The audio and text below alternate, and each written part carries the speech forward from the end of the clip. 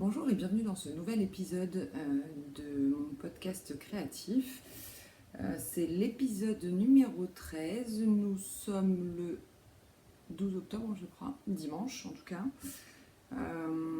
Ça fait un mois et demi, un peu plus d'un mois et demi que je suis pas venue.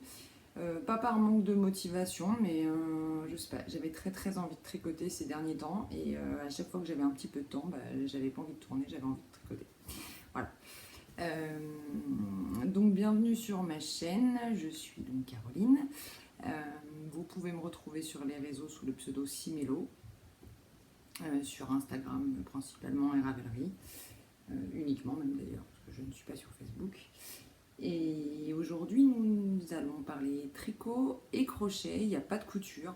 J'ai pas le mojo couture en ce moment, clairement, et en fait j'ai la flemme, j'ai la flemme. J'ai pas la flemme de coudre, mais j'ai la flemme de tout sortir en ce moment. Donc, comme moi, tout est rangé. J'habite dans un petit appartement en région parisienne. Voilà, j'ai les cheveux qui... et quand j'ai envie de coudre, il faut que je sorte tout. Et quand j'ai fini de coudre, il faut que je range tout. Voilà. Donc c'est plutôt ça qui pêche en ce moment. J'ai pas trop le courage. Pourtant, c'est pas les envies de couture qui manquent. Voilà. Je vais présenter tout le podcast avec Obi sur les genoux, je crois, aujourd'hui. Ce qui, me semble-t-il, ne va pas déplaire à grand monde, puisque elle a toujours un succès fou quand elle apparaît dans les podcasts. Donc voilà. Alors, je vais commencer par ce que je porte. C'est un gilet que je ne mets pas souvent, en fait. C'est mon Old Romance de Rory Locatelli. Alors, je suis désolée, il y a une lumière pas géniale, mais enfin, je fais ce que je peux. Hein. Si on rentre dans l'hiver, enfin dans l'automne, si j'attends qu'il fasse beau pour tourner, on se revoit au printemps. Donc bon, j'espère que ça ira malgré tout. Donc mon gilet Old Romance, je l'avais tricoté en fonti, bébé mérino pour le blanc. Enfin, c'est pas du blanc d'ailleurs, parce qu'on voit derrière, j'ai un t-shirt blanc, c'est plutôt écru. Et le gris, c'était du pomme de laine. Je m'en rappelle plus, je crois que c'était base moussée, coloris Serkini Light. Et en fait, je ne le mets pas souvent parce que je trouve que l'encolure descend vachement tout le temps. Donc, je passe mon temps en fait à la remettre. Donc, c'est pas hyper agréable. Mais bon, je l'aime bien quand même. La laine est agréable. Quand je suis chez moi, ça ne me dérange pas. Je le porte quand même de temps en temps. Vous voyez que j'ai un chat qui est complètement maltraité, très malheureux. Si vous voulez aller porter plainte tout de suite pour maltraitance, allez-y, n'hésitez pas. Voilà, elle est en souffrance. Donc voilà pour ce que je porte. On va parler tricot avec 3 projets terminés, 3 projets en cours. Je crois que je vais arrêter de vous parler des projets futurs. Ah non, par contre, faut pas manger. Je vais arrêter de parler des projets futurs, je pense, parce que je me tiens pas à ce que je dis en fait. Donc à chaque fois, je vous parle de projet et puis la fois d'après, quand je reviens, ça n'a rien à voir avec ce que je vous avais dit. Donc je sais pas, on verra là. Alors, projet terminé. Donc je vais commencer par un que je vous avais présenté la dernière fois en projet en cours.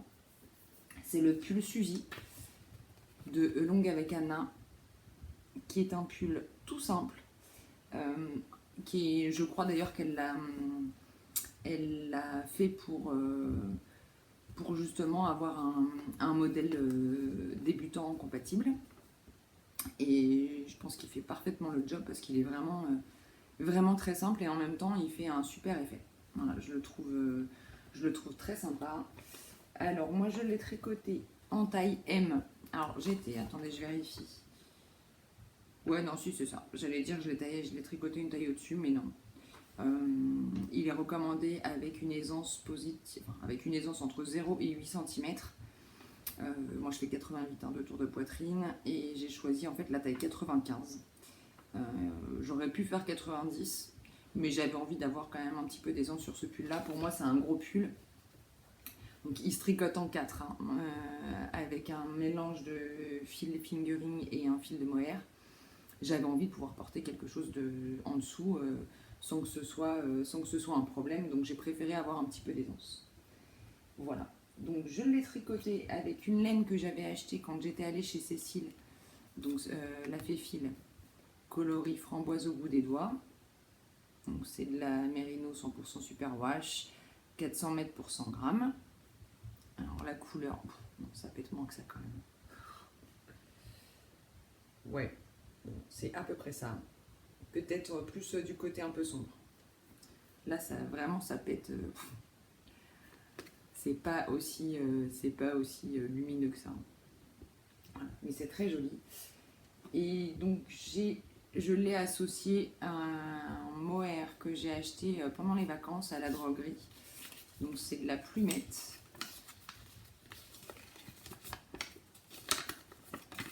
Je sais pas comment vous montrer. C'est de la plumette. Coloris Palm Beach.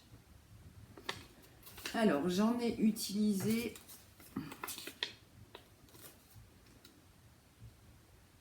Dis donc, j'avais acheté 100... Attendez. Hé Non, mais là, vous êtes témoin. Elle a essayé de me piquer ma laine, la coquine. Pardon. Donc, j'en avais acheté 1200 mètres. C'est ça. Enfin, ou 1200 mètres, ça fait combien de grammes, ça? Il y a 500 mètres dans 50 grammes. Donc, j'ai acheté 120 grammes. J'ai acheté 120 grammes, il m'en reste 29. Ouais, ça c'est pas mal. Là, c'est la bonne couleur.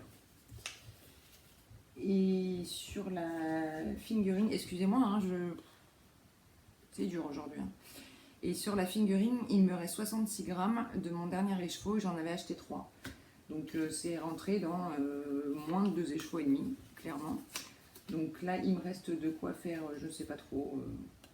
J'hésitais, je me disais peut-être un bonnet, mais je suis pas certaine d'assumer un bonnet rose comme ça. Donc je sais pas. On verra ce que j'en ferai plus tard. Donc c'est bien, je vous en parle. Je vous le montre peut-être le pull. Voilà. Ouais, il est un peu moins pétant que ça quand même. Mais vous l'avez vu sur Instagram. Je crois que sur Instagram, la couleur était pas mal. Donc je le trouve vraiment très très agréable à porter. Au niveau de la construction, que je me rappelle. Ah oui, c'est ça. Au début, on est en aller-retour, en fait. On monte des mailles pour le début, en fait, des demi-devants, pour les manches, pour le dos. Et évidemment, on revient jusque-là. Hein. On tricote en aller-retour en commençant le raglan jusqu'à ce qu'on arrive à peu près à cette hauteur-là. Et là, on monte des mailles au milieu et on commence à travailler en rond. Donc, on continue évidemment les raglans. Et puis, quand on arrive sous les emmanchures, on sépare le corps et les manches. On descend tout droit pour le corps et on finit. Oh là là, ça vous fait une couleur. Voilà, donc c'est des côtes de 2. Et pour les manches, alors je sais plus si il y a quelques diminutions. Jusqu'en bas, ensuite on resserre un peu si je me souviens bien, juste avant les côtes, et on a des longues bandes de côtes. Voilà, donc ça, moi, c'est ce que je vous disais depuis quelques temps. Je trouve que ces longues bandes de côtes, c'est vraiment hyper féminin. Enfin, je trouve que c'est un modèle qui est quand même très très simple et qui en même temps est féminin, sympa, joli. Enfin voilà, je le trouve très très bien. Je le referai peut-être, alors pas tout de suite. Hein, je peux m'amuser à faire le même modèle tout de suite, mais je trouve que c'est un très bon basique. Et bon, en rose, c'est peut-être un peu moins basique que si je l'avais fait en gris, en noir ou en bleu marine. Mais en tout cas, je le trouve vraiment très très sympa. Voilà. Il est agréable à porter. La plumette, il faut que je vous en parle quand même parce que pour avoir testé quelques mohair, il faut quand même que je vous dise que la plumette, pardon, je recule sinon vous ne voyez pas en entier. La plumette, c'est un mohair. Alors, je voulais regarder. C'est pas du mohair classique. Si je dis pas de bêtises, c'est pas comme celui qu'on est habitué à voir. Où est-ce que j'ai vu ça? C'est ça, en fait c'est 70% de mohair super fin et 30% de polyamide. Donc il n'y a pas de soie dedans, mais il y a du polyamide à la place. Je trouve qu'il est très agréable. Pour le coup, moi ce pull, je l'ai déjà porté sans rien en dessous et ça m'a pas du tout piqué. Et il a quand même des poils, ça se voit. Hein. Comment je vais réussir à vous montrer ça? Sur quel fond? Ouais, si ça se voit bien là quand même. Il est quand même très poilu. Ouais, on voit très bien. Il est très poilu et pour autant, les poils restent à leur place. C'est-à-dire que moi vous le voyez, hein, j'ai un canapé bleu marine en velours et je pouvais tricoter pendant des heures dessus et quand je me levais, je me disais mais c'est dingue, je n'ai pas un poil de mohair sur mon canapé. Ah si, peut-être, allez, j'en avais peut-être un, mais c'est tout quoi. Et là, à le porter, je l'ai pas porté encore avec un gros manteau non plus, mais j'ai pas le sentiment qu'il perde ses poils. Donc c'est quand même assez sympa parce que franchement, c'est ce qui me rebute le plus dans le mohair. J'adore le mohair, j'adore le porter, j'adore la chaleur que ça dégage. En revanche, j'ai un pull blanc, c'était sur un nuage que j'avais fait avec de la Kid Silk de Drops et de l'Alpaga de Drops, je crois. Et je le mets jamais parce qu'en fait, j'ai un manteau noir, un manteau bleu marine, autant vous dire que un gros pull comme ça, on le met quand il fait froid. Et le manteau, on peut le brosser, faire tout ce qu'on veut le matin avant de partir. Moi j'arrive au bureau, j'enlève mon manteau, il est ourdé de poils. Donc c'est pas très, ça fait quand même pas très propre. Alors que celui-là, pas du tout. Donc j'ai trouvé ça génial. Donc je vais l'enfiler pour vous montrer ce que ça donne.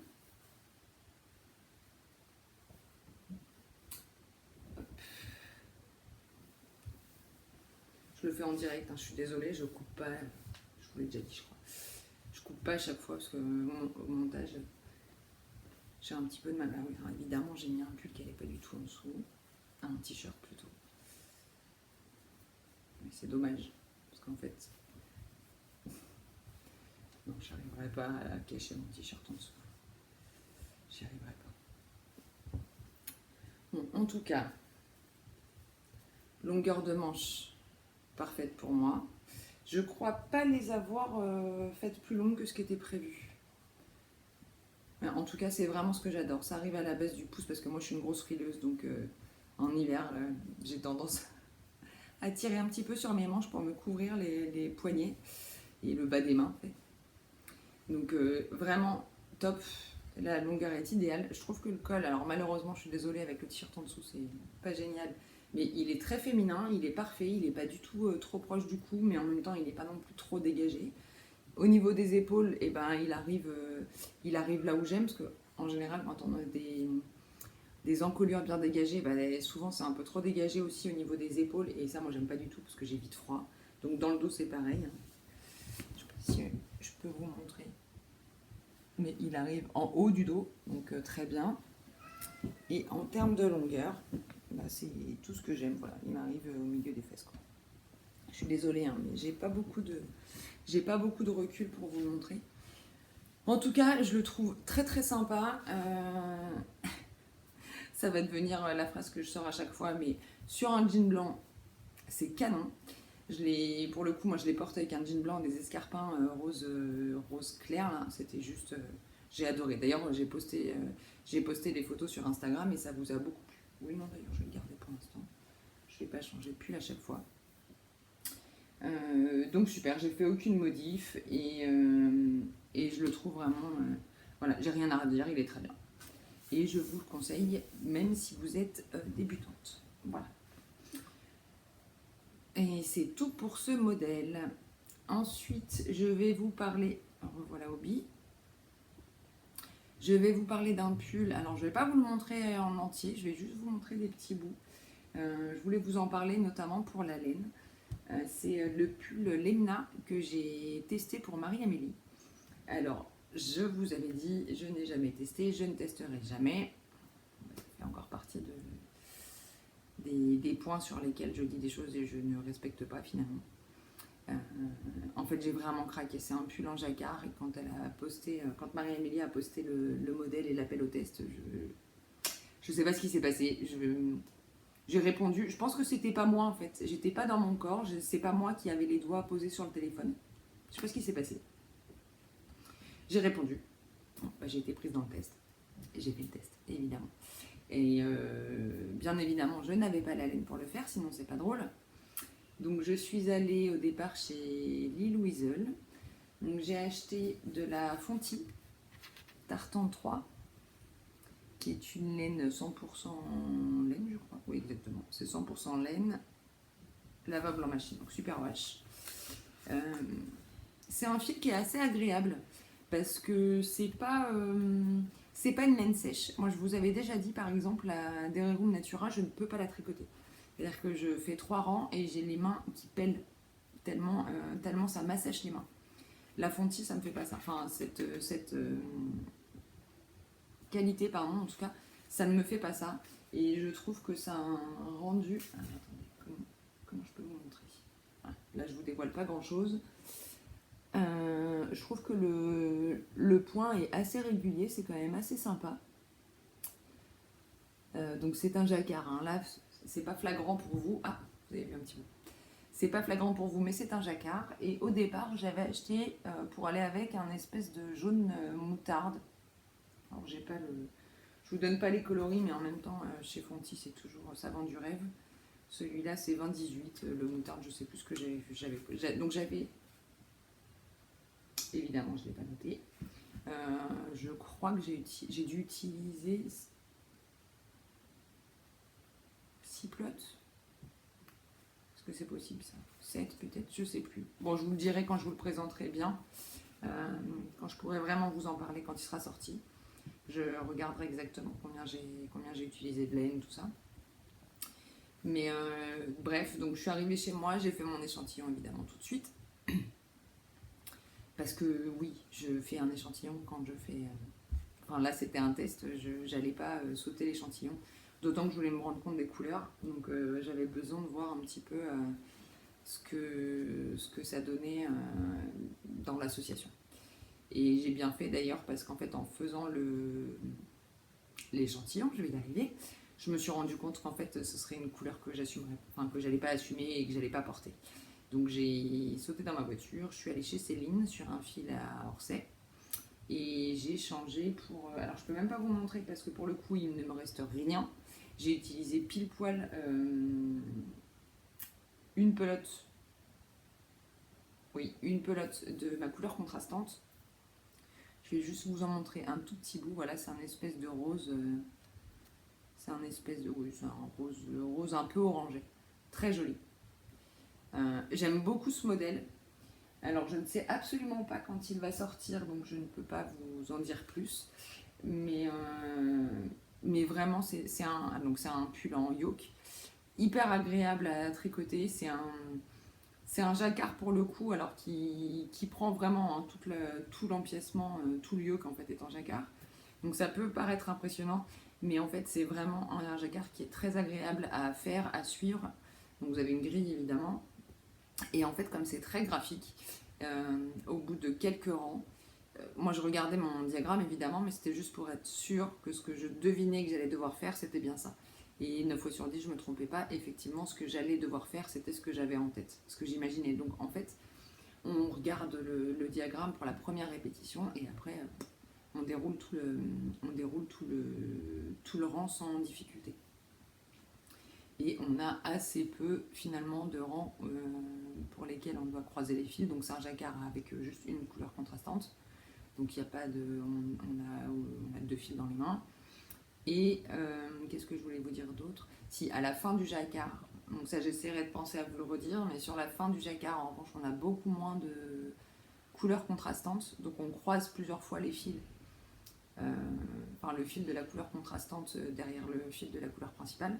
Et il faut bien penser à être vraiment lâche sur ces derniers rangs, parce que sinon on se retrouve avec, à la fin du yoke avec des espèces de petits plis. Bon, c'est pas forcément gracieux. Moi, j'ai fait hyper attention et il tombe très bien, j'ai pas de problème. Le test n'est pas fini, donc je ne sais pas quand il sortira. Marie-Amélie vous le dira évidemment. Et puis je serais ravie de pouvoir vous en reparler, de vous le montrer entièrement et porter dès que ce sera le cas. Mais pour le moment, je ne peux pas vous dire grand-chose de plus sur ce modèle. Voilà. Donc ça c'est un modèle dont je ne vous avais pas parlé évidemment, puisque la dernière fois que j'ai tourné, donc c'était fin août, je crois. Oui c'est ça, j'ai tourné fin août, j'étais même pas inscrite au test. Donc là, celui-là pour le coup, J'ai craqué dessus, j'ai acheté la laine et je l'ai tricoté entièrement pendant le laps de temps là, entre les 2 épisodes. Alors il y a un autre projet fini dont je ne vais pas vous parler, enfin que je ne vais pas vous montrer du tout. Et là je suis quand même assez contente qu'il soit fini. C'est mon fameux Flyaway Twist de Vera Valimaki, dont je vous parle depuis je ne sais combien d'épisodes. J'ai rentré sur Ravelry tout à l'heure ma date de fin de projet et je me suis rendu compte que je l'avais commencé au mois d'avril. On est en octobre, tout va bien. 6 mois pour faire un châle à 1,5 écheveau, on est bien. Mais là en l'occurrence je l'ai fini hier soir et là il est au blocage donc je ne peux pas vous montrer tout simplement. Mais je me ferai une joie d'en parler plus longuement la prochaine fois, bien évidemment. Ensuite, on va passer à un tricot, un micro-tricot. J'ai fait pour mes collègues qui attend un bébé, un petit gilet arc-en-ciel. Attendez, si je vous montre, c'est mieux. Donc le petit gilet arc-en-ciel qu'on ne présente plus, qui a été designé par Solène Quickslower, je suis désolée, j'écorche certainement le nom, mais je ne sais pas comment ça se dit, qui est la personne derrière la marque Vereo Natura. Voilà. Et moi, quand j'ai... Donc, je l'ai réalisé en taille 0,3 mois, je crois. Et quand je l'ai commencé, je ne savais pas si ça allait être un garçon ou une fille. Donc, j'ai décidé de faire du mixte en utilisant en fait des restes. Voilà. Donc c'est quand même, ça reste, c'est des restes, ça reste. C'est fait avec des restes, mais ça reste quand même un petit gilet assez haut de gamme, on va dire, puisque je l'ai tricoté en couleur contrastante. J'ai utilisé de la laine de la Féfil coloris obscuro, donc c'est 100% Merino Superwash, 400 mètres pour 100 grammes. J'en ai utilisé 48 grammes. C'est les restes de mon Zweig, qui vous a beaucoup plu d'ailleurs. Voilà, donc un bleu marine qui paraît encore un peu trop lumineux, mais vraiment la lumière aujourd'hui c'est pas ça. J'adore cette laine, vraiment je l'adore. Il m'en reste 28 grammes, je ne sais pas ce que je vais en faire, mais j'en ferai quelque chose, c'est sûr. Et pour faire les rayures, j'ai décidé de faire une seule couleur. Et j'ai utilisé donc la Yakari non teinte de Arco Iris Yarn, Ludivine, et qui est lui le reste de mon pull Colocasia de Marie-Amie, que j'avais tricoté, je ne sais plus, au printemps, je crois. Que j'aime beaucoup d'ailleurs, que j'ai pas mal mis cet été. C'est vraiment un modèle très très sympa. Voilà. Et voilà ma petite mignonnerie du jour. Alors j'ai mis beaucoup de boutons. Il n'y a pas de... Si je me souviens bien, je crois que dans le patron, il n'y a pas d'indication sur le nombre de boutons à mettre. Mais moi je sais que les gilets en fait qui baillent, ça me gonfle. Donc je préfère mettre plus de boutons, me prendre la tête à faire plus de... Ça me va bien ou pas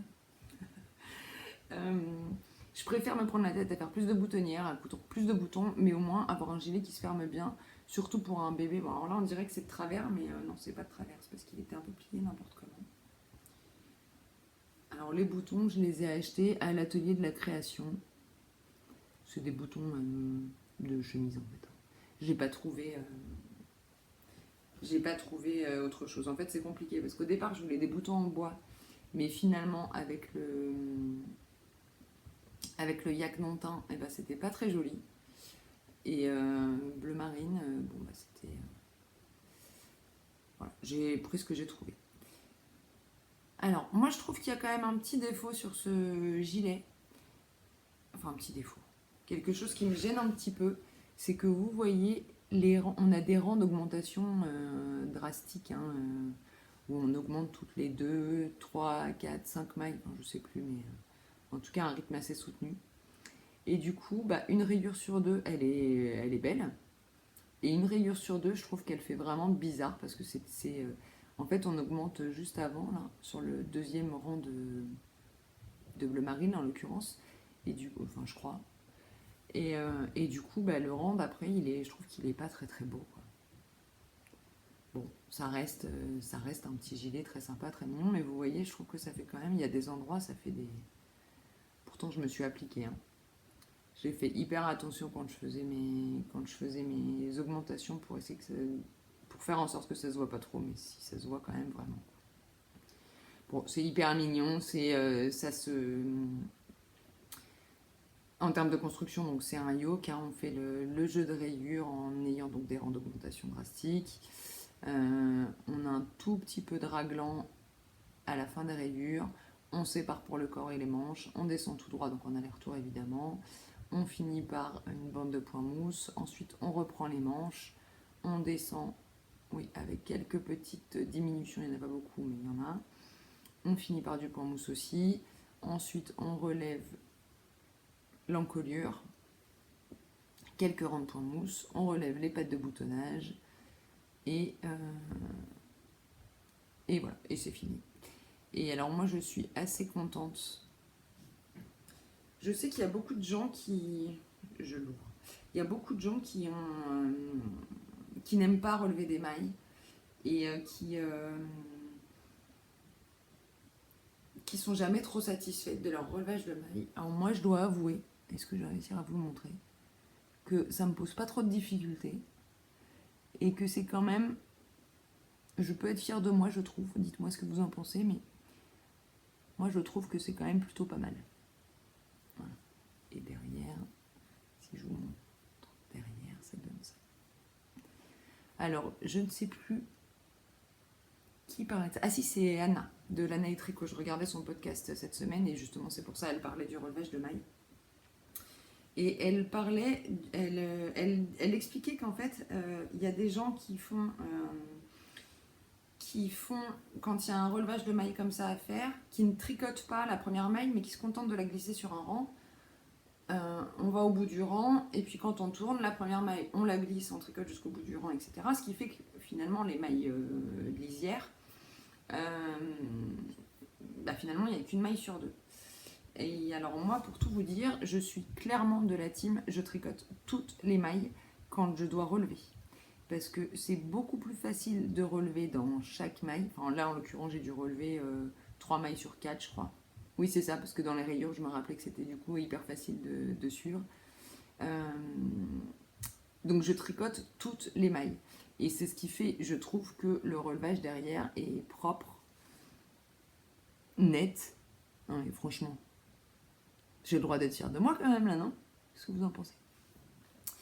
En revanche, quand je n'ai pas de maille à relever et que le bord va être une... Non, je regardais mon Wondermans, mais non, on relève les mailles aussi après. Si j'ai pas de maille à relever, là par contre, je vais utiliser ce système de toujours glisser la première maille du rang. Ça peut arriver sur un gilet... Et typiquement un gilet où on a la patte de boutonnage qui est tricotée en même temps.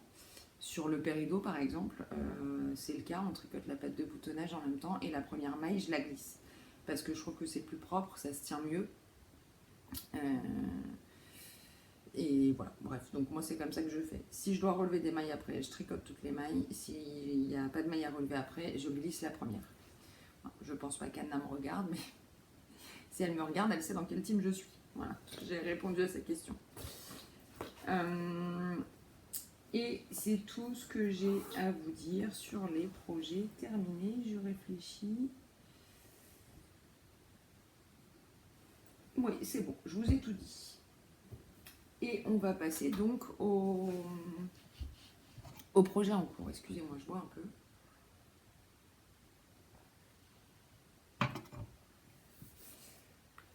Alors, les projets en cours, j'en ai 3. Par lequel je commence? Je vais commencer par celui-là. J'ai monté... Alors, je crois que je vous en avais parlé. Peut-être pas la dernière... peut-être pas la dernière fois, mais sans doute celle d'avant. Je vous avais dit que je voulais tricoter le hanger sweater de Petite Knit. Alors, pour moi, c'est la première fois que je tricote du Petite Knit, d'ailleurs. C'est un pull en yoke avec un yoke en côte. Bon, il est connu ce modèle. Comme tous les modèles de petite knit, vous me direz, mais enfin, celui-là est vraiment très connu. Je crois qu'il existe en... Moi je le tricote en DK. C'est le Anchor Sweater My Size. Il me semble qu'il existe aussi en fingering. Il existe en version été avec des manches courtes. Enfin, il existe pour les bébés. Je me demande même si pour bébé il n'existe pas en barboteuse. Oui, je crois que c'est ça. Il existe aussi en barboteuse pour les bébés. Donc c'est vraiment un modèle qui se... Enfin, voilà, qui est très connu, qui se décline dans plein de versions différentes, etc. Donc au départ, je devais le tricoter avec ma copine Gladys, du compte By Gladys. Sauf que j'en ai marre de l'attendre. Pardon Gladys, je te fais des bisous. Et enfin, bon, c'est pas que j'en ai marre de l'attendre, mais c'est que moi j'ai envie d'avoir le mien pour l'hiver en fait, parce que c'est un pull en DK et qu'elle n'était pas prête. Et comme ça fait déjà quelques mois qu'on en avait parlé, je lui ai bien entendu poser la question avant. Et évidemment, elle m'a dit que ça ne la dérangeait pas du tout si je ne l'attendais pas. Donc j'ai monté mon projet. Voilà. Donc je le tricote en laine Chester Wool que j'ai teinte moi-même avec l'aide des copines évidemment, parce qu'autant vous dire que c'était c'était ma toute première session de teinture. J'ai teint cette couleur-là. Donc je voulais un, oh non, ça rend pas du tout.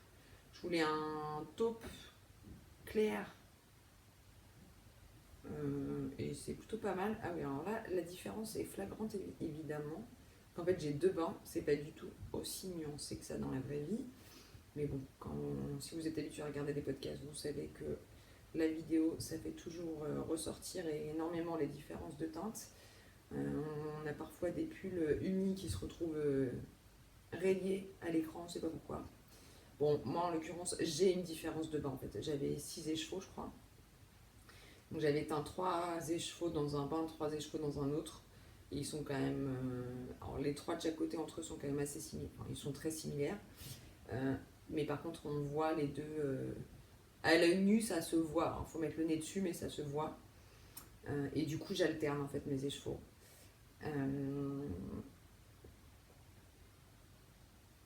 Je voulais vous dire un truc à ce sujet. Ah oui, ça y est, ça me revient. Ça me revient. J'ai tricoté tout le yoke, en fait, les côtes 1-1 sans alterner, parce que autant vous dire que les côtes 1-1, à la fin, mais je n'en pouvais plus. J'en avais ras-le-bol. Alors si en plus j'avais dû alterner les écheveaux, je pense que là on m'aurait perdu. Donc j'ai pas alterné sur le yoke, par contre dès que j'ai terminé le yoke, j'ai commencé à alterner. Et j'avais fait un échantillon, et en fait quand j'ai commencé à alterner, je me suis dit, je ne sais pas pourquoi j'ai jamais pensé avant, et j'ai jamais entendu personne parler de ça d'ailleurs, mais j'ai eu une idée. Alors je suis pas un génie, hein, soyons clairs, je suis persuadée qu'il y a plein de gens qui font ça. Mais pour toutes celles qui, comme moi, n'y avaient pas pensé jusque-là, je préfère en parler. À partir de mes prochains projets, quand je ferai un échantillon, même sur un pull uni, je ferai un échantillon avec un bout de mes 3 écheveaux. Tout simplement pour voir s'il y a une différence de couleur. Je ne sais pas pourquoi j'ai jamais pensé avant, et finalement ça me paraît évident. L'échantillon, ça peut aussi servir à ça en fait. C'est-à-dire que vous faites sur vos 10 cm, vous faites 3 cm avec un écheveau, 3 avec un autre et 4 avec un autre. Bon bah vous voyez tout de suite s'il y a une différence en fait. Voilà, donc je sais pas si certaines d'entre vous trouveront l'idée bonne, si elles la suivront ou pas, mais j'avais envie de partager cette idée que j'ai eue, mais pour laquelle je ne suis certainement pas la seule et certainement pas la première. Mais en tout cas, voilà, moi je sais qu'à partir de mes prochains projets, c'est ce que je ferai parce que je trouve que c'est un très bon moyen de savoir s'il faut alterner ou pas les écheveaux sur projet. Donc, mon pull, je vous en parle. Alors, évidemment, il n'est pas bloqué. C'est des côtes 1-1. Forcément, ça rend pas... Alors, j'ai tricoté le corps. Il vous paraît peut-être un petit peu court, mais en fait, je le veux pas trop long. Et je suis sûre qu'il va prendre un peu au blocage. Et j'avais pas envie de me retrouver avec un truc qui allait jusque sous les fesses. C'est marrant parce que montré comme ça, on dirait que c'est une taille enfant. Alors que pas du tout. Bien évidemment. Alors quand on... Ça fait hyper bizarre hein, quand on le pose comme ça parce que ça descend tout droit. Mais je l'ai essayé après avoir fini le corps et vraiment ça se pose très bien. Bah, d'ailleurs je peux vous l'essayer. Oui, je dois pouvoir l'essayer. Étant donné que je suis sur des petites aiguilles circulaires. Oh là là, il fait froid quand on enlève un pull. Quand on enlève un gros pull, j'ai les bras tout froids d'un coup. Là. Alors, je vais essayer de ne pas faire de bêtises. Mais c'est l'avantage en tricotant en rond qu'on peut quand même essayer au fur et à mesure. Hop, je me pince dans les cheveux. Voilà, donc là, vous voyez que ça se positionne très très bien et qu'il n'y a pas de... Voilà, ça fait pas un truc tout bizarre. Donc, je vous montre avant blocage d'ailleurs du coup où est-ce qu'il m'arrive. Voilà. Donc s'il prend un petit peu, s'il prend ne serait-ce que ça, il sera parfait. S'il pouvait m'arriver là, voilà, ce serait génial. Mais à la limite, même s'il prend pas de longueur, je suis désolée pour la lumière, hein, mais même s'il prend pas de longueur, il reste pas mal. Et je suis très très contente parce que c'est exactement ce que je voulais en termes de couleur. Alors bien évidemment, la laine est un peu nuancée, hein, évidemment. Déjà c'est éteint à la main, mais en plus par une nulle. Alors forcément, il est plein de nuances, mais je trouve ça joli pour le coup vraiment, sans me lancer de fleurs. Et puis c'est un petit peu, l'effet est un peu moins rayé dans la vraie vie. Voilà. Donc j'alterne à chaque rang. Je vais remettre mon gilet par contre parce que comme ça j'ai froid. J'alterne à tous les rangs. Autant sur le corps ça m'a pas dérangé, autant sur les manches. Alors c'est de la DK, je tricote en 4. Je me suis dit les manches ça va aller super vite. Ouais ben non en fait. Parce que comme j'alterne, et ben en fait on alterne. Enfin l'alternance revient vachement vite hein, quand on est sur des manches. Ah ouais là ça fait carrément rayer alors que dans la vraie vie non vraiment pas. Ça fait nuancer. Là on voit vraiment qu'il y a une rayure un rang sur deux. Ce qui n'est pas du tout le cas quand moi je le regarde comme ça. Et d'ailleurs je voulais vous montrer.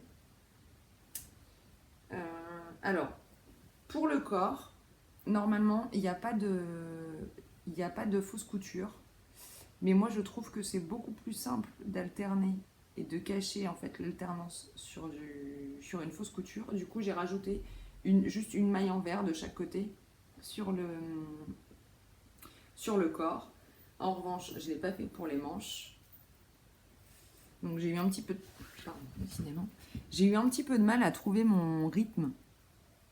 Enfin pas mon rythme, mais vous voyez au début c'est un peu crado là. Heureusement que c'est vraiment sous le bras, ça se verra pas. Mais je serrais en fait soit trop, soit pas assez à chaque alternance. Bon, puis là j'ai un fil à rentrer, hein, donc forcément ça fait une grosse maille. Mais là je trouve que ça se voit un petit peu, mais vraiment pas beaucoup quoi. Ouais, quoique non, ça se voit même pas en fait.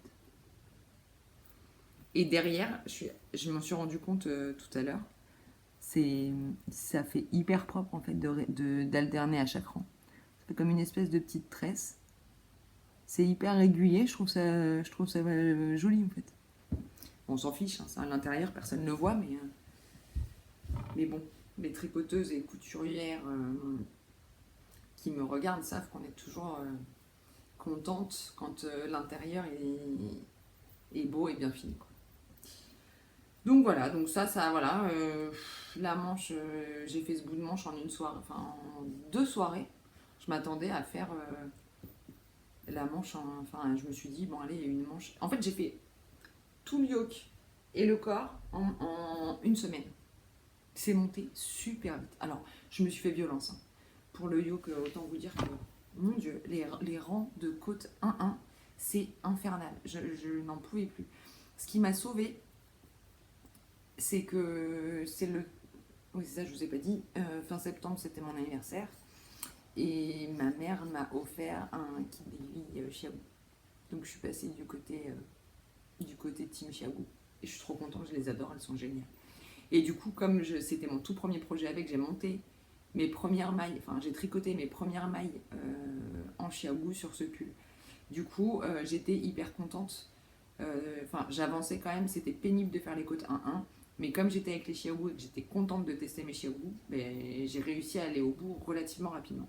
Et après, une fois que j'étais arrivée à la séparation, ça allait mais à une vitesse incroyable. Ça a beau être que du jersey, oui, et je vous ai pas dit, ça se termine par des côtes 1-1 évidemment, puisqu'on n'a que des côtes 1-1. Là, ça aurait été bizarre de faire autre chose. Est-ce que je voulais vous dire autre chose? Oui, donc pour finir, oui, sur les manches, je pensais qu'en 2-3 soirées, j'aurais fait une manche et que du coup, ça me ferait un pull qui aurait été tricoté en 2 semaines. Ouais, non, pas là en fait. Les manches, je vous dis, avec l'alternance, c'est hyper pénible. Mais bon, c'est comme ça. C'est pas grave. C'est pas comme si j'avais rien à me mettre sur le dos en ces périodes de plus frisquettes, hein, puisque vous avez, je crois que vous avez pas mal réagi sur mon côté un peu maniaque en voyant les tiroirs. Enfin, j'ai posté une photo sur Instagram de mes piles de pulls, et encore, il n'y avait pas tout d'ailleurs. Beaucoup ont réagi en me disant que ça commençait à en faire effectivement un certain nombre et qu'en plus c'était super bien rangé. Bref, tout ça pour dire, je suis pas malheureuse, j'ai pas froid, donc c'est pas très grave s'il n'est pas fini en 2 semaines. De toute façon, je cours pas après la rapidité des projets. Mais c'est vrai que de temps en temps, se dire qu'on a fait un pull hyper vite et tout, c'est plutôt sympa. D'autant que j'avais quand même fait, ces derniers temps, j'ai quand même fait pas mal de projets, de pulls qui me prenaient du temps. Donc le pull en test pour Marie-Amélie, le Lemna, le Zweig, quoi d'autre cette année, j'ai fait aussi le Monstera de Marie-Amélie. Enfin, j'ai fait quand même pas mal de pulls qui m'ont pris du temps parce que c'est des pulls en fingering, parce qu'il y avait, alors pas le Lemna, hein, mais les autres, le Zweig ou le Monstera par exemple, c'est des pulls avec, donc en fingering, avec soit un yoke en dentelle, soit un jacquard. Donc bref, c'est quand même des pulls qui m'ont pris un petit peu de temps et j'aurais pas rechigné à l'idée de faire un pull en 2 semaines. Bon, il se trouve que ça n'a pas été le cas, mais c'est pas grave. Quoi que je vous dis ça, mais le pull Suzy, il n'a pas dû rester hyper longtemps sur mes aiguilles, je crois. Je sais plus. Bon bref, peu importe. Est-ce que j'ai autre chose à vous dire sur le Hunker Sweater? Ah oui, le dernier truc, c'est que je voulais faire les côtes je voulais tricoter les côtes sur l'envers parce que vous savez bien que les côtes 1-1 sur l'envers sont toujours beaucoup plus jolies que sur l'endroit. Sauf que en fait, on tricote 10 rangs de côtes, ensuite on a 2 rangs de jersey dans lesquels on a une série d'augmentations, on refait des côtes, etc. Et je crois que j'étais à la 3e série d'augmentation de jersey quand j'ai réalisé que j'avais oublié de faire du jersey envers au lieu de faire du jersey endroit. Donc du coup, je pouvais plus retourner mon pull pour mettre l'envers sur l'endroit parce que je me suis retrouvée avec des bandes de jersey envers entre chaque série de côtes. Ce qui n'aurait bien évidemment pas été joli du tout. Voilà. Ça, c'est dit. Projet suivant. Donc celui-ci, je ne l'ai pas beaucoup avancé. Je l'ai commencé le 1er octobre. C'est le pull Oh là là d'Isabelle Kramer que je tricote dans le cadre du cal organisé par Leila Cookie la guerrière, qui est donc un cal dédié à Isabelle Kramer et qui court du 1er octobre au 31 décembre. Voilà, donc c'est un pull, alors il existe en manche courte comme ça ou manche longue, et on peut faire 2 versions de bas de pull, arrondi comme ça là, ou droit. Moi je vais faire cette version là.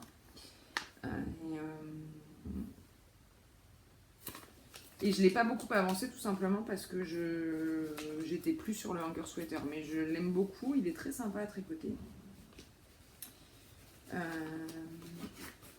Et je le tricote en plus avec une laine que j'aime beaucoup, que je découvre, enfin, que je tricote pour la première fois. C'est la BFL Sock de Madeleine et Philibert, donc Catherine, à qui je fais un gros bisou et un gros coucou. Donc BFL Sock, c'est une laine composée de 75% de BFL Superwash et de 25% de nylon. Et je l'ai. Donc elle fait 425 mètres pardon, pour 100 grammes. Et je le tricote en coloris Shetland, qui est un vieux rose très très beau. Alors c'est un tout petit peu plus clair que ça. Décidément les couleurs aujourd'hui, je vais pas y arriver. C'est lumineux. Pas autant que là, mais c'est lumineux. Et c'est une très belle couleur. J'ai l'impression qu'il y a un nuage qui arrive. Ça m'aiderait peut-être à vous montrer la bonne couleur. En tout cas, c'est hyper joli. Donc vous voyez, j'ai pas beaucoup avancé. En fait, voilà. Donc on commence par un premier demi-dos. Il y a des rangs raccourcis jusqu'à à peu près là, je crois. Donc ça fait vraiment des tout petits demi-dos. Ensuite, on fait le deuxième en parallèle, hein, de la même façon. Ensuite, on monte des mailles entre les deux, on rejoint et on tricote en aller-retour. Donc, je ne sais pas si je peux vous montrer. Ouais. La définition du point, c'est vraiment très joli. La couleur, les nuances et tout, vraiment, j'adore. La matière, la texture en fait que ça donne le BFL. Moi, c'est la première fois que je tricote du BFL. Je sais, j'ai mis du temps, mais ça y est, j'y suis. Je trouve ça hyper joli et hyper agréable à tricoter, c'est très sympa. Donc vraiment j'aime beaucoup. J'ai pas fait d'échantillon, ce qui est pas très malin parce que pour le coup je ne sais pas comment réagit le BFL. Je ne sais pas si ça va gonfler ou pas. Je vous cache pas que j'espère un peu parce que je trouve que là mon tissu est un peu trop ajouré à mon goût. Même si contre la peau ça se voit pas, hein. Là on voit même pas mon collier. Donc un petit peu peut-être légèrement, on le devine et encore. Mais en tout cas j'aime beaucoup, le contact sur la peau a l'air très agréable. J'ai toujours un peu peur quand je découvre une nouvelle qualité, mais enfin là j'ai un peu peur, mais ça m'a pas empêché de ne pas faire l'échantillon, donc c'est pas très malin. Mais c'est d'autant que j'avais le temps parce que comme j'attendais, ma laine était bobinée, tout ça, j'attendais le 1er octobre pour pouvoir monter mon projet pour le début du cal. Donc j'avais largement le temps de faire un échantillon avant, mais j'avais pas envie. Sur mes belles aiguilles, chez vous, je suis trop contente. Merci maman. Donc voilà, donc là il faut encore que je descende en aller-retour jusqu'à atteindre les centimètres préconisés par le patron. Ensuite on va relever ces mailles là pour le devant, pour un premier demi-devant, et je pense que ça va être pareil, on va avoir quelques rangs raccourcis, ensuite ce sera l'autre demi-devant, ensuite les mailles montent au milieu et il faudra descendre le même nombre de centimètres que le dos pour tout rejoindre et tricoter en rond, sachant que le motif, donc là on est sur le dos, hein, mais sur le devant le motif commence dès le début. Hein. Donc je serai en rond, en jersey, au bout d'un moment, après les emmantures, je serai en rond en jersey avec à peu près, je pense, ça de largeur de motif sur le devant.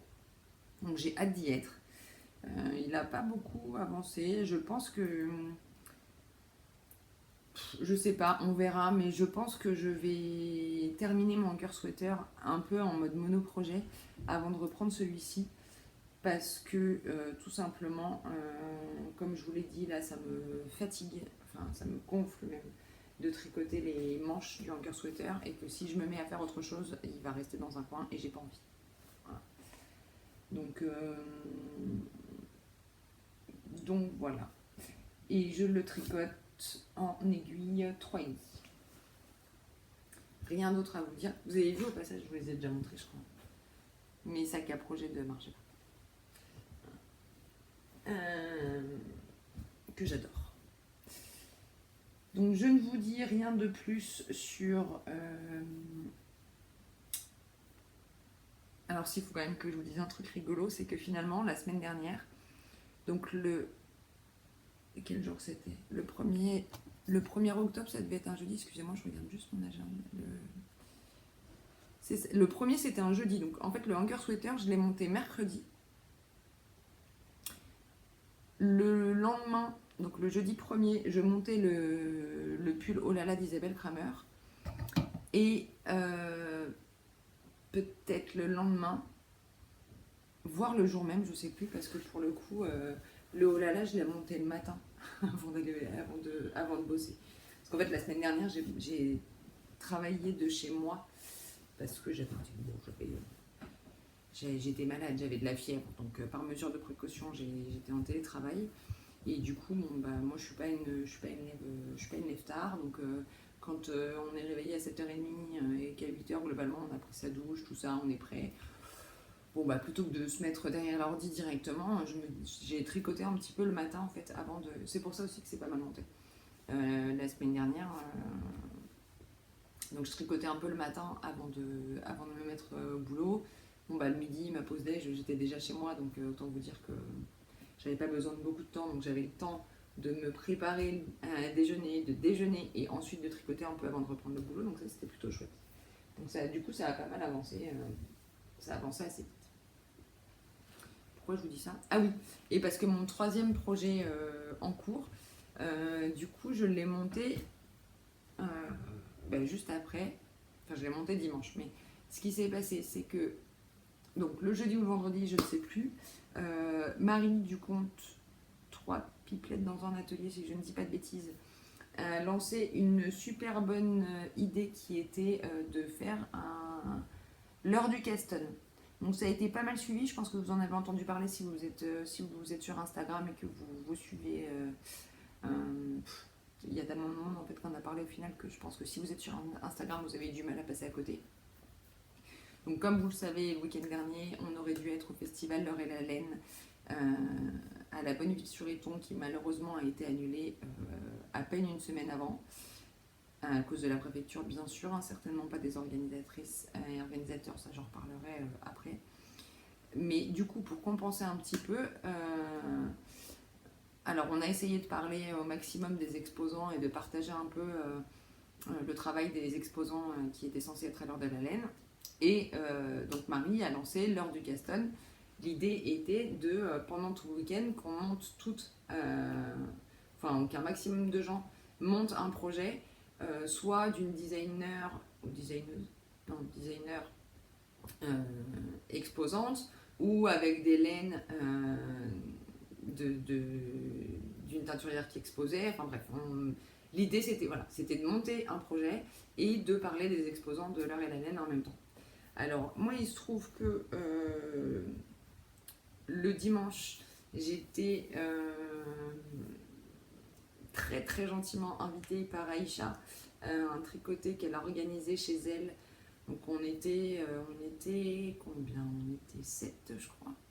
Donc il y avait Aïcha évidemment, Aïcha tricote, il y avait Magdalena, triple L de Mag, il y avait Elodie, Hello Tulipe, Aurélie Steinberger Knits, il y avait Nadia, Nadou 92150, il y avait Sandrine, Agnès Sorel, il y avait Emeline de Yarneline, et moi. Ça fait 8. Ouais, je crois que c'est tout.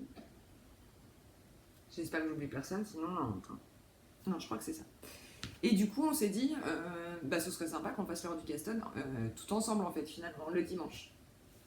Donc, le dimanche, on est chez Aïcha, on a passé un super après-midi, c'était très très sympa, et on a monté ensemble un projet. Donc, moi, à ce moment-là, j'avais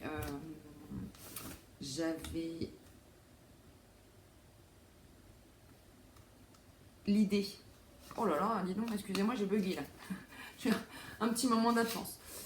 J'avais l'idée de monter les Velvet Knits, qui est un très joli design de Loli Lafay, Lolita, que j'aime beaucoup. En fait, j'avais déjà fait... Ah bah, je suis bête, j'ai pas pris. Je reviens. Je prends juste mon bonnet. Qui n'est pas loin. Voilà. Donc l'année dernière d'ailleurs, justement, à l'heure et la laine, j'avais gagné à la tombola et j'avais gagné le modèle du bonnet de Lolita, donc le bonnet Velvet, et un écheveau de laine d'Emeline, donc Yarneline. C'est pareil, c'est un peu trop lumineux, mais non, là c'est pas mal. Là c'est la bonne couleur. Donc qui est un bonnet avec un joli point cœur en fait, sur une base de côte. Alors, on a une longue bande de côte au départ. C'est long, hein. C'est le projet des côtes 1-1. Enfin, l'épisode des côtes 1-1 plutôt. On a une longue bande de côte, ensuite on monte donc le motif en point cœur, et puis après, bon, il y a des diminutions, tout ça. J'ai les cheveux attachés, encore un peu mouillés, je pense. Je peux toujours essayer de vous le passer, mais enfin, de toute façon, j'ai pas une tête abonnée, donc c'est pas grave. Le ridicule ne tue pas.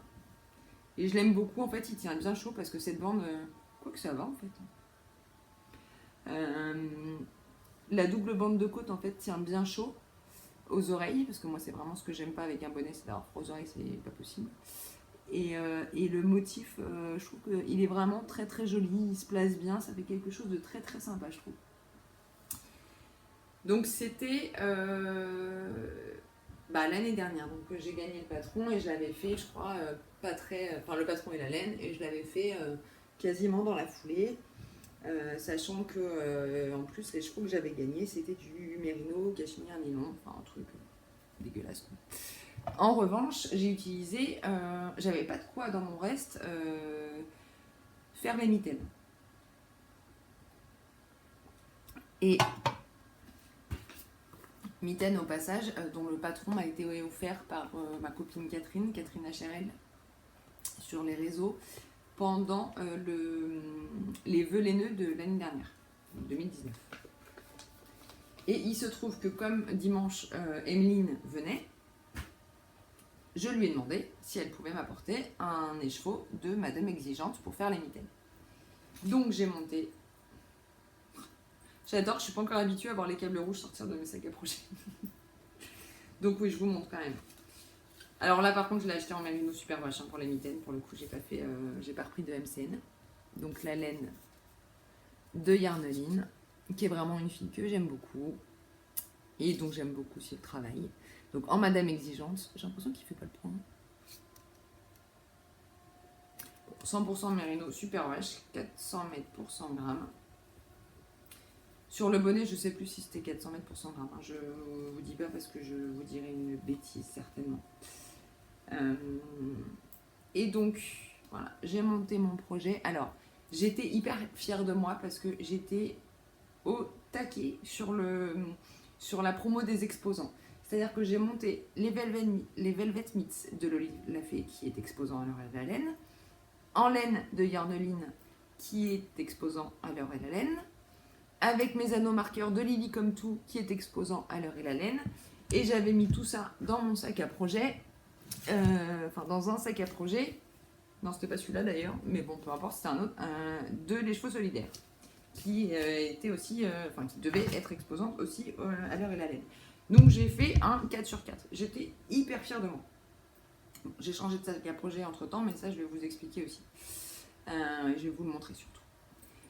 Donc là, les mitaines, voilà, c'est le début, des côtes 1-1, une bonne bande de côtes 1-1, mais ça va sur les mitaines, ça monte plus vite.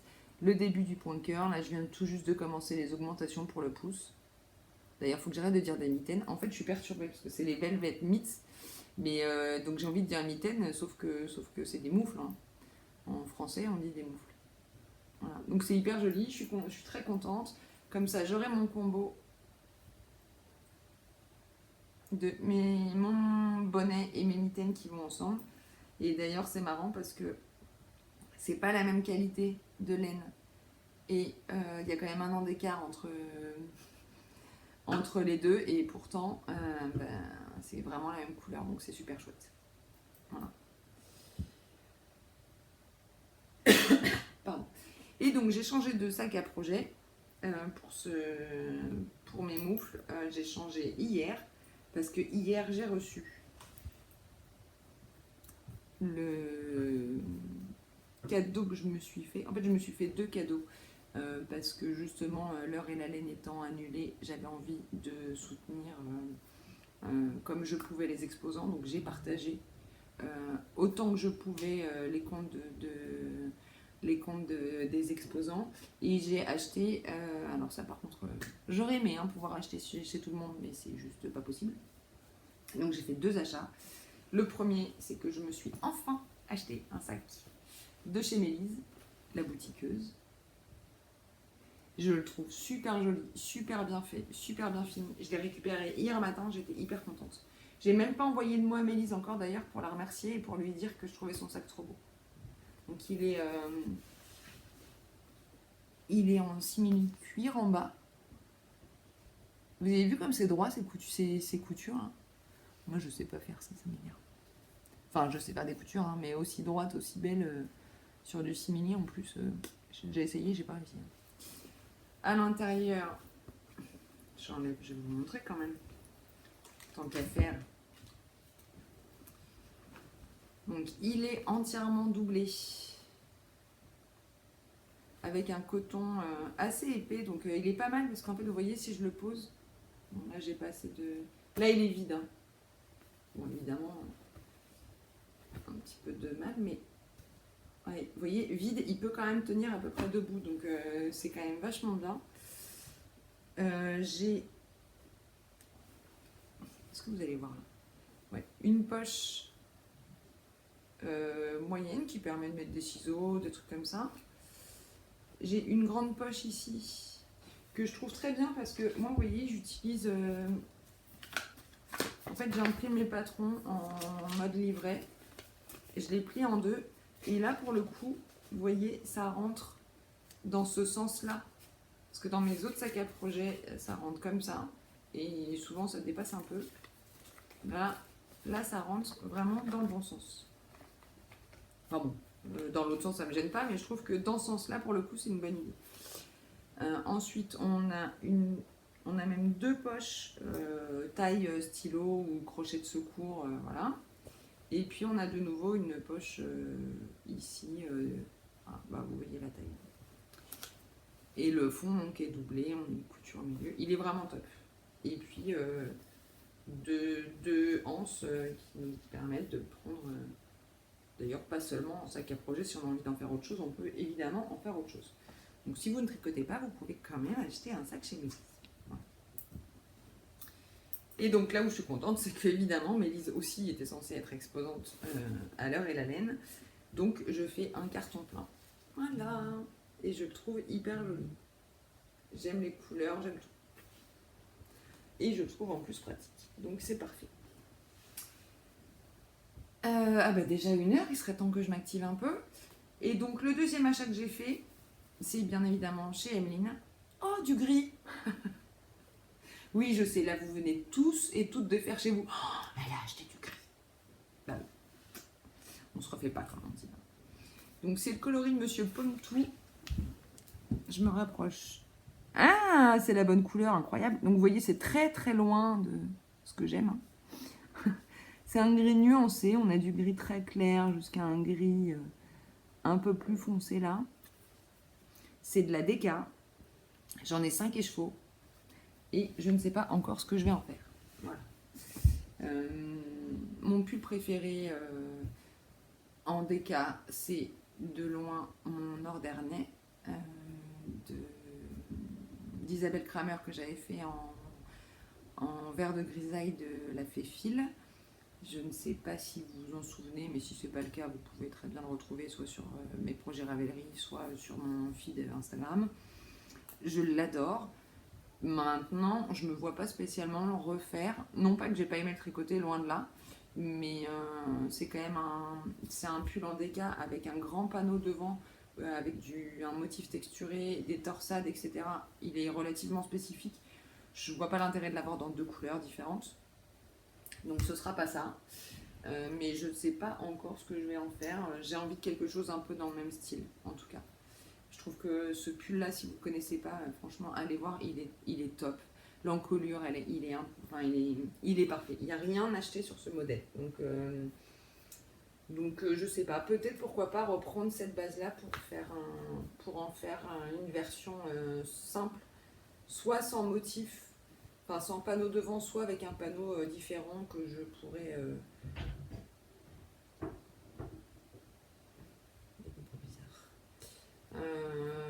que je pourrais imaginer, je sais pas. Bon, on va voir, ce sera la surprise du chef. En tout cas, je pense que je vais pas trop traîner pour la mettre sur mes aiguilles parce que j'adore la couleur et qu'un pull en déca, je trouve que c'est plutôt pas mal de faire ça en ce moment. Voilà. Et c'est enfin terminé pour le tricot, si je ne m'abuse. Oui, c'est ça, c'est enfin terminé pour le tricot. Donc on va passer au crochet. Et alors là, je suis à 3000% complètement inspirée par Angélique, du compte Angélique Fouché, qui est une dingue de pick-up et qui est surtout mais ultra douée. Si vous ne la connaissez pas, allez voir son compte. Elle fait des personnages de pick-up superbes. Moi j'adore. Je trouve que c'est un ouvrage. Moi c'est les amis. C'est pas le premier, c'est le deuxième livre. Les amis de pick-up. Il y en a d'ailleurs un qui sort qui est sorti. Un deuxième avec les amis de pick-up. Donc c'est un troisième livre en fait. Je trouve ça hyper joli. Je suis en train. Voilà. Je voulais vous montrer quand même la page où on voit tous les modèles. Attendez, je me rapproche. Est-ce que si je monte comme ça, oui, c'est pas mal. Alors, moi j'ai des coups de cœur. Alors j'aime bien le rhino, mais j'ai un gros coup de cœur pour l'alpaga. Pour la gazelle, hein, que vous allez voir que j'ai faite tout de suite. L'ours, je l'adore. L'âne, je l'adore avec son petit poncho, là il est génial. J'adore le loup aussi. Enfin bref, je les aime tous, mais je les ferai pas tous évidemment. Mais voilà, moi j'ai fait la gazelle que je vais vous montrer et je suis en train de faire le pivert qui est une commande de mon fils. Voilà, donc je lui fais le pivert. Mais sinon globalement ils sont tous très très beaux. Non mais lui, sérieusement, il est pas juste trop beau. Je voudrais vous le montrer en plus grand. Ah oui, il y a l'ours aussi. L'ours, je l'adore. Il est hyper beau. Regardez ça. Non, mais s'il est pas trop mignon, celui-là. Et j'ai vu en vrai... en fait, c'est ça qui s'est passé. C'est que j'ai fait un... Je suis allée au Tricoter Montparnasse. Excusez-moi, je vais y arriver. Le jour où Angélique a offert à Sylvette, donc Sylwem, son cadeau d'anniversaire...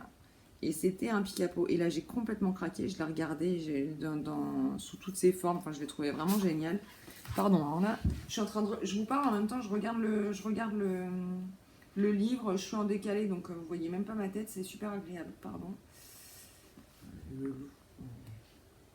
Trop beau. Bref. Et donc, j'ai complètement craqué. Je crois que le lendemain ou le week-end qui a suivi, je sais plus, je suis allée à l'atelier à Paris et j'ai acheté le livre et de quoi faire 2 personnages. Et j'ai donc commencé par la gazelle qui s'appelle Audrey. Alors, j'ai plusieurs choses à vous dire sur ce livre. La première, c'est que... enfin, la première, non. Je vous ai déjà dit, je trouve le livre très très joli. En revanche, il a pour moi un vrai défaut d'explication. Non. Je trouve que c'est super beau, mais c'est light en termes d'explication à certains moments. Pas partout, mais à certains moments. Par exemple, bon, je prends n'importe lequel au hasard. Vous voyez là, vous avez les fournitures avec le matériel. Mais ils vous disent pas quelle quantité. Donc typiquement, moi j'ai dû retourner à l'atelier parce que j'avais pas acheté assez de ma couleur principale. Bon bah ça, je trouve que c'est quand même un truc... Enfin, je sais pas, mettre les quantités nécessaires, c'est quand même, ça me paraît quand même être le minimum syndical. Quoi. Je suis désolée, je suis en train de vous chercher Audrey. Allez, là. C'est quand même le minimum syndical d'avoir au moins les quantités nécessaires. On a les couleurs, mais pas les quantités. Bon, ok. Après, on a toute la première partie du livre. Donc, c'est quand même... vous voyez, là, vous avez les modèles. Tout ça, c'est des... Il y a 56 pages d'explications. Hein. Mais, c'est pas... alors, c'est pas très bien expliqué. Pour coudre les pièces, on est un peu en l'air. Hein. Moi, ça va que... C'était pas la première fois que je faisais du crochet. Et surtout, je pense qu'on est... en étant tricoteuse, couturière, il y a quand même une espèce de sensibilité sur le travail manuel. Et on arrive à s'en sortir en tout cas. Bon, même si vous allez voir, c'est pas parfait du tout. Hein. On arrive à s'en sortir, mais alors si c'est la première fois de votre vie que vous faites du crochet, pas impossible que vous nagiez. Et d'ailleurs, là, quand je suis retournée à l'atelier, j'en ai profité donc, pour acheter les couleurs pour le piver. Et la vendeuse me disait, ben, alors, à un moment donné, vous allez arriver à un truc, machin, et il y a marqué ça, ça et ça. Sachez que, parce que moi, là, j'étais complètement larguée, j'ai rien compris. Enfin, voilà. Pour vous dire, même quelqu'un d'habitué au crochet, elle a un peu galéré, et heureusement qu'elle me l'a dit, parce que du coup, ça va m'éviter peut-être de galérer autant qu'elle a galéré, si ce n'est plus. Bref. Donc, revenons-en à nos moutons. Je ne vous montre pas le patron, mais... Donc moi j'ai commencé par Audrey la gazelle. Donc c'est assez sympa par contre, parce que vous voyez tout en haut, là, vous avez toute une petite explication sur qui est Audrey, etc., d'où elle vient. Enfin, bref, c'est très sympa. Vous avez le matériel nécessaire sur le côté, et ensuite vous avez les explications avec... je vous montre vite fait. Voilà, tout ça c'est pour Audrey. Vous faites d'abord le corps, ensuite vous faites une première patte, ensuite une deuxième patte, les bras, nanana. Mais bon, souvent, il y a marqué, voilà, couper le fil, laisser une longueur suffisante pour la couture, mais bon, laisser environ 15 cm de fil, par exemple, ça ne prendrait pas plus de place sur le patron, et ce serait quand même, je trouve, plus simple, parce que ça m'est arrivé. Il y a certaines pièces où, en fait, vous laissez ça et c'est suffisant, puis d'autres où vous laissez ça, et en fait, non, il fallait plus pour coudre. Ça m'est arrivé une fois ou deux, je sais plus, sur Audrey, de ne pas avoir assez de fil et donc de devoir bidouiller en reprenant notre fil. Enfin, quand je dis que c'est light dans les explications, c'est sur ce genre de détails. Je trouve que c'est quand même un peu dommage. Après, il y a un vrai boulot. C'est un livre je vous l'ai pas dit, donc de Jan Schenkel. Et c'est à vendre c'est édité aux éditions Erol. Et c'est 19 € le livre. Donc c'est un très beau livre qui n'est pas si cher que ça dans l'absolu quand on pense au nombre de modèles qu'il y a, aux heures de travail, etc. Mais bon, pour autant, quelques explications supplémentaires, ça n'aurait pas été du luxe. Voilà. Donc je vous montre Audrey. Donc moi j'ai choisi de ne pas la faire dans les couleurs qui étaient préconisées dans le livre. J'ai choisi d'autres couleurs. Je vous montrerai après quel coton j'utilise dans mon projet en cours. Parce que là, j'ai pas gardé. Alors, les couleurs, j'ai pas noté, autant vous dire que... Voilà. Mais vous voyez, bon, elle a quelques petits défauts. Par exemple, je pense que j'ai pas assez rembourré à ce niveau-là. Donc, sa tête... bon, ça tient, hein, mais je pense que ça aurait mérité un petit peu plus de rembourrage au niveau du cou. Mes pattes... Bon, c'est mal rembourré, déjà ça se voit. Elle a un genou bizarre, et puis je sais pas si ça se voit. Elle a une patte qui est un peu plus serrée que l'autre en fait. Pourtant j'ai le même nombre de mailles par tour. Par contre, je pense que j'ai plus serré la deuxième patte que la première. C'est pas très grave. Dans les petits défauts, je trouve aussi que les bras sont pas tout à fait cousus à la même hauteur. Elle aurait mérité d'être remontée d'un cran. Mais bon, globalement, je suis quand même très contente. Je crois que j'ai cousu le museau pas complètement... Pareil, là elle vous dit, cousez le dessin du museau. C'est tout. Ok. Là c'est pareil, alors, les cornes font la même taille, hein. Mais je sais pas, il y en a une qui part un peu plus sur le côté, du coup elle donne une impression de longueur un peu différente. Alors qu'en fait elles font exactement la même taille.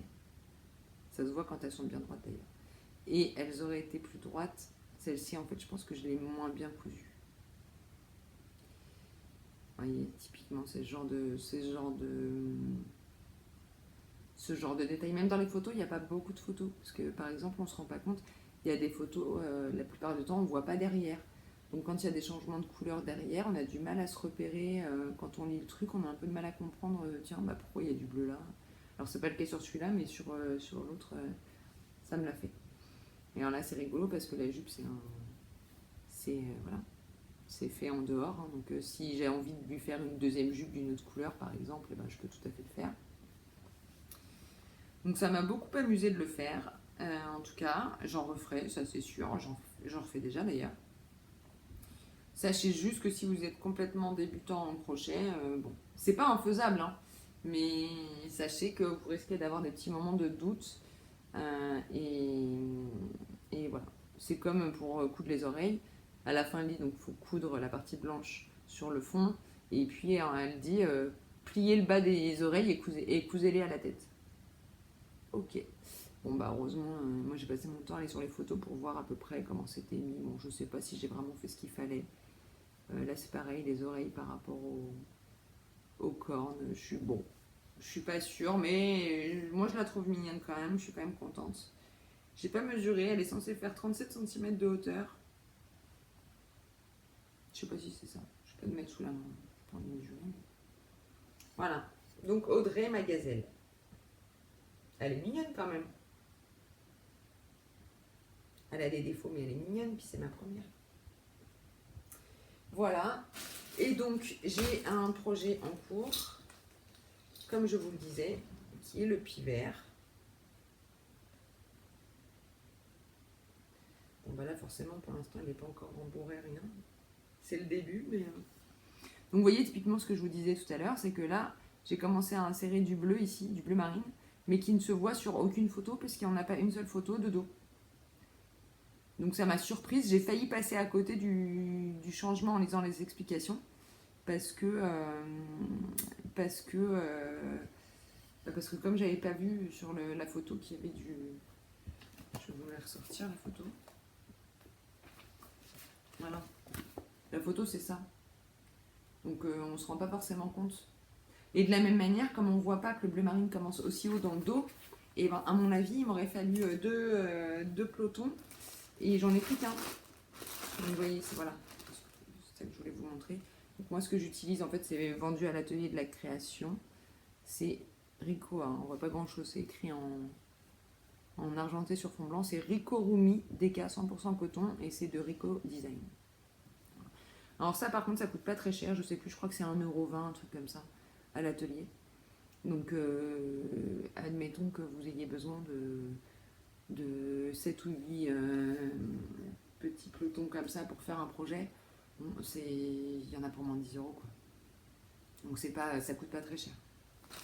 Et moi j'utilise un crochet, je sais même pas quelle marque c'est. Ah si, c'est Clover. Donc je crochette en 2,75 et j'utilise ce crochet là. Donc que j'ai acheté parce que j'avais pas ce crochet dans cette taille là, mais je connaissais déjà cette marque. Et c'est vraiment les crochets que je préfère. Je trouve qu'ils ont une forme, l'ergonomie en tout cas, et me convient parfaitement. Et la matière du crochet, ça glisse, c'est agréable. Enfin, c'est très très agréable à crocheter.